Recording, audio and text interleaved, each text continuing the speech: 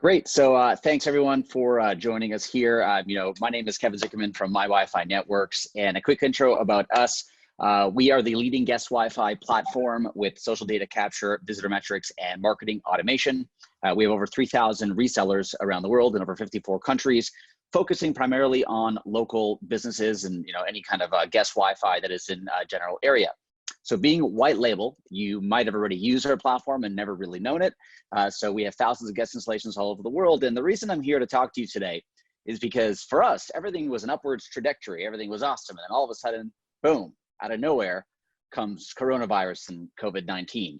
So I'm going to talk to you today about the 5 important things that you can do today to survive and thrive in this current global climate. Some of the things that we're implementing today, and I really hope that you're all thinking about, drastic change in your business, because these are unprecedented times, as everyone loves to say, where you got to kind of do things a little differently in order to survive.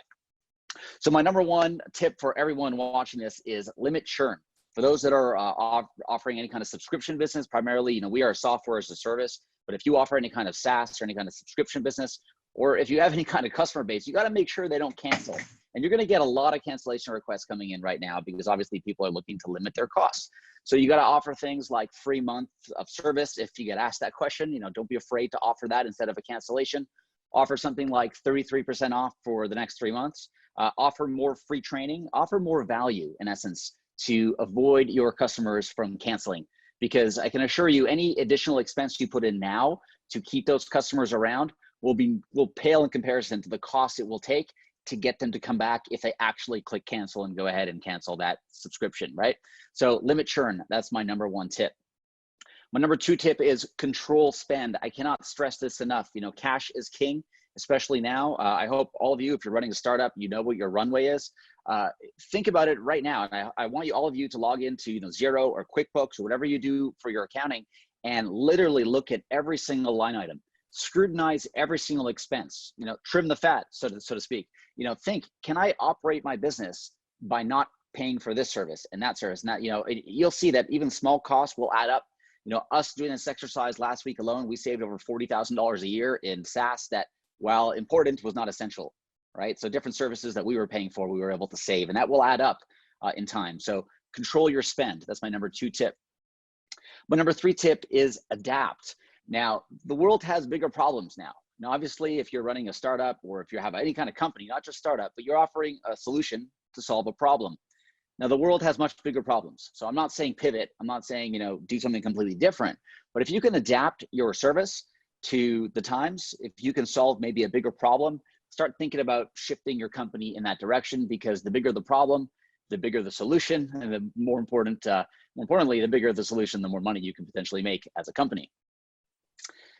Tip number 4 is integrate. So if you have a development team, or if you are maybe finding yourself slower on client requests, or you have some time, some resources, focus on integrating with other services. Now, we've done this recently. We integrated with Aruba Instant On Hewlett-Packard.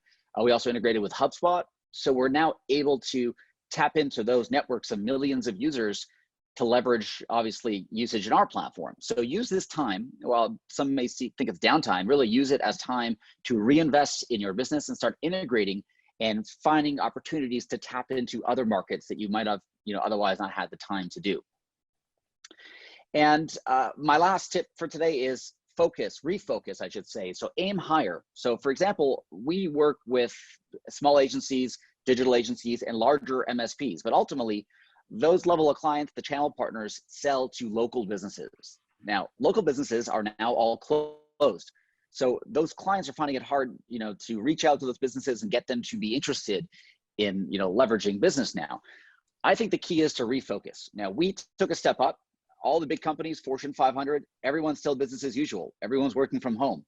This is a great time to cold call, to cold email, to get on the radar of somebody in management that would otherwise not have the time of day, potentially, for your phone call. Everyone has time now. Everyone's at home. Use this as an opportunity to reach out. And it's not only for corporate, it also goes for SMBs, restaurant owners, hotels. They're closed, right? But these decision makers, these marketing managers and owners are still around, and they're thinking about how are they going to relaunch. When the economy opens up again, they have to think of a launch strategy when they go back into the world. How are they going to make all their money back that they lost during this time? So refocus, start thinking about other ways that you can help businesses come back from this, and definitely use this as an opportunity to call your clients. And number one, check how their family is doing, make sure they're okay, but also offer some tips, because a little bit of free advice right now will go a long way into you securing bigger deals when things get back to normal. So my main message here, beyond the 5 tips, is that it's not the end of the world. So if you have a startup, if you're fundraising, if you're looking to invest in companies, the world will continue. It's just a temporary pause, right? And in a way, it's almost, if you can take something positive out of this, it's the fact that the world moves very fast. No one ever has a chance to slow down. Now's an opportunity to slow things down, to think about what's important to life, family, friends, health, right? And use this as a chance to rejig your startup and really, look at this as, when I'm going to go back, I want to make this bigger and better than ever, because it's not the end of the world. It actually is only the beginning of good things to come.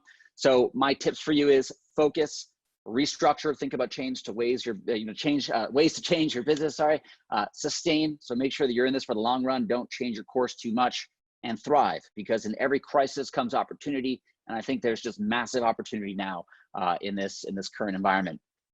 So thanks everyone. My name is Kevin Zicherman, as I mentioned, from MyWifi Networks. To learn more, you can visit mywifinetworks.com. And again, thank you, Jeffrey, and for everyone at OPN for making this happen today. Kevin, that was fantastic. Thank you very much for that. And I wanted to kind of share a little quick anecdotal story to that. He's back in 2009, 8 or 9, when you mentioned about the financial side. What we did was we actually turned off all our credit cards. And at that point in time, we just said we had too much expense and it took too much time to line item out everything. So we just turned everything off and we wait to see what the outcome was. And to that point, it was perfect, because when everybody started to message back, hey, you didn't pay this, it allowed me to actually figure out what was this for. And then I would go through the company asking, why are we paying for this? And then we'd be like, well, we needed it for this. We needed it one time, so why are we still paying? So it was fascinating how fast you're able to find little things by doing the right little mechanism, or change the right little mechanism in your business to help you figure out what costs you don't need and help you move forward. One of the other things you mentioned was on the refocus side, and I'm curious as to how you would approach this.